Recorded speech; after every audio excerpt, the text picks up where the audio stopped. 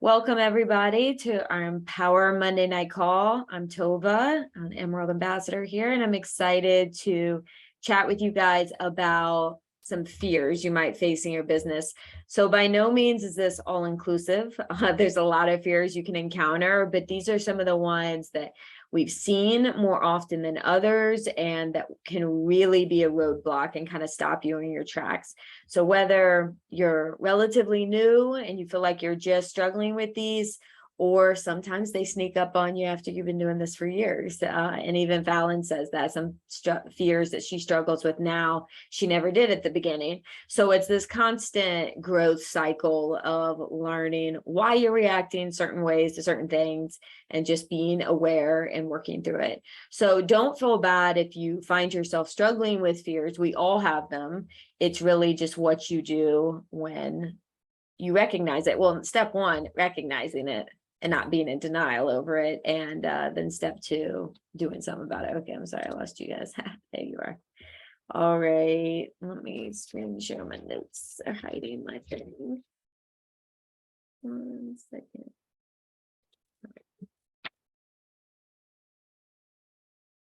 I'm not prepared.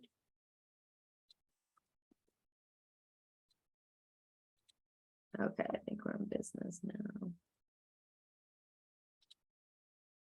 All right, look okay to you guys? Good to go. All right, so finding and facing your fears. And this is definitely two parts. I have seen people straight up just like stick their head in the sand kind of thing, and not being willing to say out loud, like, hey, I'm struggling with this, and kind of just seeing it as, well, I'm not very good at that. And sometimes that might be the case. It's a skill that you just need to work on and get stronger at. But often there's something below the surface there that you need to dig into. If you find yourself not doing something or avoiding something, there's probably more to it than just a skill that you want to learn and need to get stronger at. And so I encourage you to kind of externally process that with your upline and try to figure out why you're leaving that one till later. So you guys can read for yourself, but I think it's worth it. The definition of fear: an unpleasant, often strong emotion caused by anticipation or awareness of danger. So it's something that feels uncomfortable, and a big part of this business is becoming comfortable with the uncomfortable and recognizing your brain, the parts of our brain that kind of bring about fear are not really rational. And depending on really what's going on in your life too, it can cause that fear emotion for a lot of things that it's not necessarily an appropriate response. So gauging and learning to handle and not just responding to feelings is my point. Like, it's okay to feel that way. It's okay to acknowledge it, but then you really need to talk through it. Like, is this a valid fear, and why am I fearing this? And I love what Napoleon Hill has to say: with fear is the most costly of all emotions, even though most of them have no foundation in fact. And any good therapist is going to tell you that, like, okay, let's walk through the facts of, like, what facts do you have to support that fear and what facts do you have against it. So you got to go through that exercise on your own. We're going to go through these four: man, industry, kind of your character, and fear of failure. And these will make more sense as we work our way down. So fear of man is a huge one. This is probably one of the first ones you experienced. And it's the whole, what will people think of me? I have my notes here, so I'm not going to miss anything. And this was definitely one for me at the beginning, and it made me hesitate starting my business. Straight up, I was worried. I didn't really acknowledge it, but Natalie pushed me on it. Like, what do you think is holding you back? Like, why don't you think you want to jump in, and kind of, why you said you wanted to get started? Like, what's up? And I was like, yeah, I guess I'm afraid of what people will think of me. And like, oh my gosh, I can't believe Tova fell for this, or Tova's doing this, and blah, blah. And we sat down and talked through that and really discovered a few things. So first of all, something I've seen in many areas of my life are other people's judgments are usually a reflection of one of their own insecurities. All right. And that can manifest in different ways, but in essence, like it's not you, it's them. If somebody is a really judgmental person, they have some big weak spots that they need to work through. Because what you're doing, like, really shouldn't be that important to them. So, don't put that on yourself, first of all, and recognize that as something they need to grow personally in, and it shouldn't dictate what choices you make with your life and your career. And the other thing Natalie said that was a huge tipping point that you've probably heard me say before is, if somebody's not going to support you on this, obviously you're passionate about this health journey and what it can do for your family's health and finances. If someone's not going to support you on that journey, are they really your friend? And what I would say is, like, are they really a supportive friend for this season? Because family members can do this and have done this to me. And it's not that, oh, I think they're terrible and I write them off. But for the season of my life where I was starting my business up, they were not being supportive and friendly. And so I just kind of had to move them out a sphere, because I felt very strong and convicted that this is where God wanted me and this is where I needed to be and what I needed to be doing. And not everyone is going to align with what you should be doing at that moment.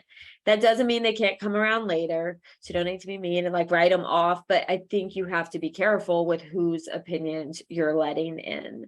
So, it's probably their weakness to begin with. And you really got to be careful with your spheres of influence. Whose opinion are you letting in?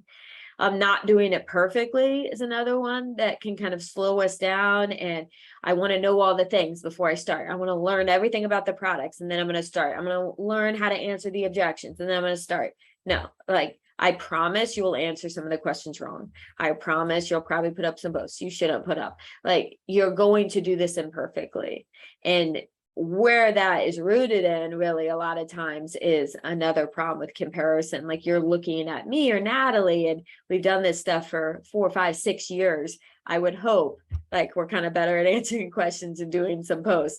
So give yourself some grace. You're not going to do it perfectly, and you're not supposed to do it just like me or just like Natalie. You have your own journey that we just kind of walk alongside you in. And then social esteem. I think it's the guy who wrote GoPro says, like, for sure, your social esteem in essence will take a small hit. And I didn't want that, but then I took a step back and analyzed, like, well, why is that bothering me? And how much weight am I putting in my value and identity from what other people are saying about me, or if they respect me or not, or value what I'm doing? And that's not a good spot to have kind of your value and validation is the word I'm looking for, rooted in. So if that really gets you and you're like, find yourself cringing about what other people might think of you, that's a red flag, and that's okay.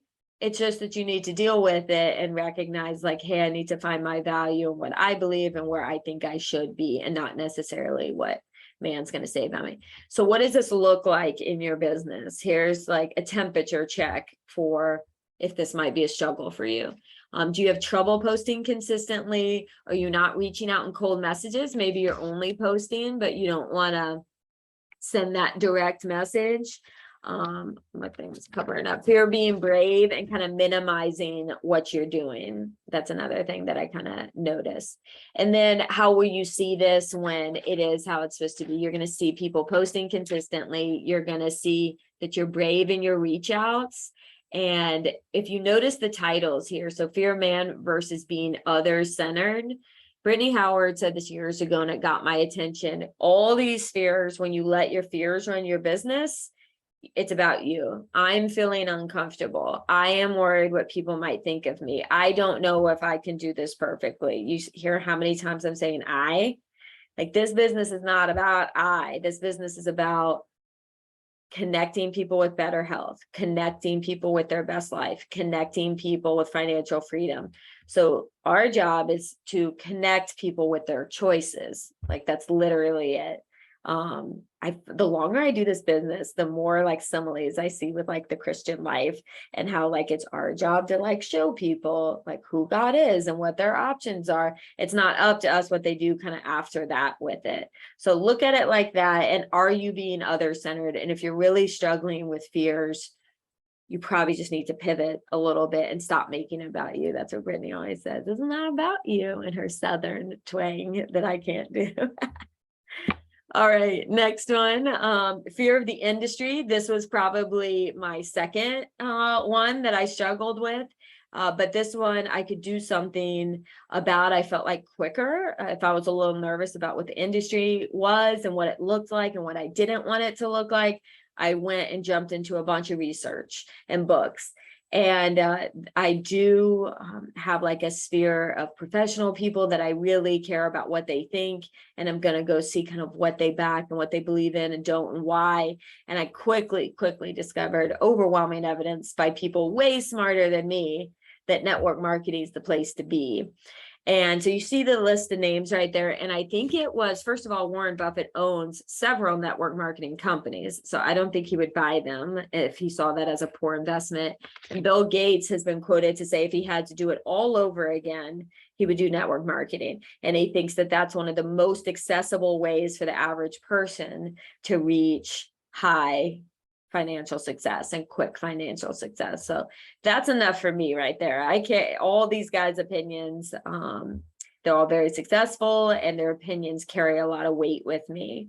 And so a few things, if you look at the question underneath the title, why do you feel like we hold any less value than Apple or Nike or Pepsi or Coke, whatever?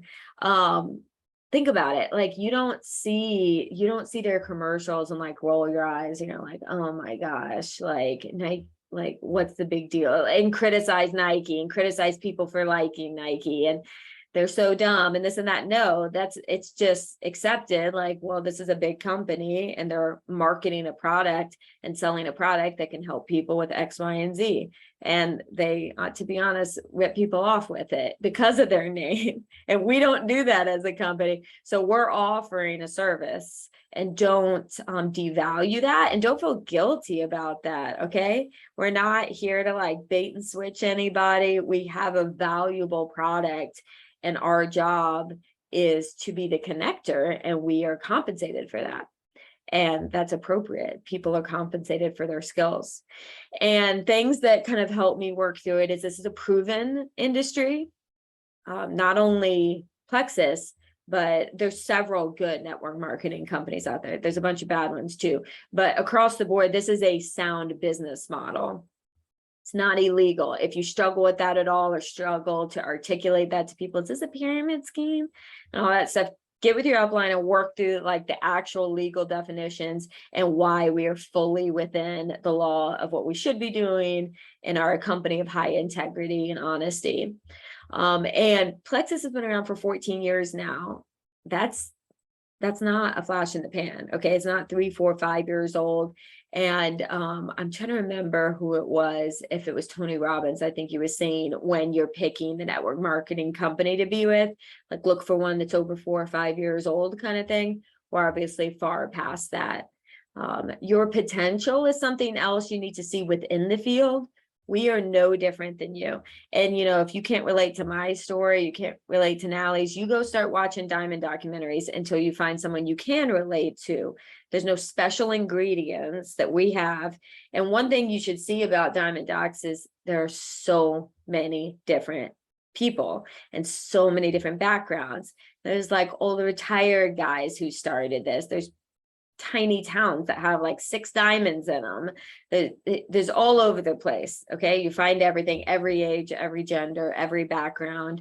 And that's makes me feel good and confident that, well, if they can do it, I can do it kind of thing. Like, they don't have anything I don't have. And then of course our products, I think, are a really great way to back it to that. We know these products work. So how is this going to show up in your business? Just like we said, fear of man versus being other-centered. It's kind of the same thing. Are you presenting the business opportunity? How long are you waiting to do that? Kind of what is your posture when you're doing that? Are you telling people about this like it's the best restaurant you just found, or like it's the newest makeup product you just found, and people are legit missing out if they don't know about this? I mean, what do? We share our favorite products, share our favorite places, share our favorite deals. We're all about it. Texting our friends, telling everybody. it's the same thing, and it's much better than a makeup or beauty product or food product. Do you have trouble getting business builders? A lot of that's going to be with your posture on it. People can sense how confident you are in it. And it doesn't have to mean you're a senior gold, a ruby, a gem, a jewel. Okay. Don't think that. People, again, it's just like the products. What can it do for their health? And yeah, what it's done for you is nice, but that's not why they're here. They want to know what it can do for me. And it's the same thing with the business. They want to know what it can do for them and use our stories. Man, I use Fallon's story so much. I still do, but I used her story so very much for people. And I'm like, she lives down the street from me. Like, this is not a stranger. And Courtney and Natalie, I knew all of them before they started Plexus. So you have people's stories that you can use to help build your confidence and share. And then internalizing no's, that's a big one. Not everybody is going to want to do this business with you. Not everybody, it's going to take a while for them to come around. I mean, most people, it's going to take 8, 10, 12 times. And those are your good business builders. That's not everybody else. So you better get real comfortable with no's. That's okay. And if you struggle with that, there's a book called Go for No, and it's kind of changing your mindset on productivity and work and really not internalizing the no's. And just because someone says no does not mean they don't trust you, they don't value your opinion, they've lost respect for you. Like, I really had to watch myself at the beginning with that, because I would feel those things and there was zero evidence, and the person just half the time hasn't even read most of what you sent and they're not in a state to hear it. Because when they're in a state to hear it, another Brittany Howard thing is, if they knew what I know, they will come to the same conclusions I came to. So if they're not coming to the same conclusions I've come to, they just aren't educated enough yet. So you just keep educating. And that takes a long time with some people. But see it as a gap in education. Don't see it as an insult to your credibility. All right. And again, this should be others focused. This is a massive blessing, physically, financially. It is a way to add value. So just like we add value with anything else that you're doing, with recipes, with organizing, with books you're reading, I mean, this is the ultimate value. And adding any type of value is building trust with people. So that's why we really need to stay on it all the time. All right. And then the next one, fear of character. So this is a big one. Natalie and I felt like this was the best way to sum it up, because you don't want to come across as pushy, salesy, annoying. We've all felt that way. We've all had business builders tell us that.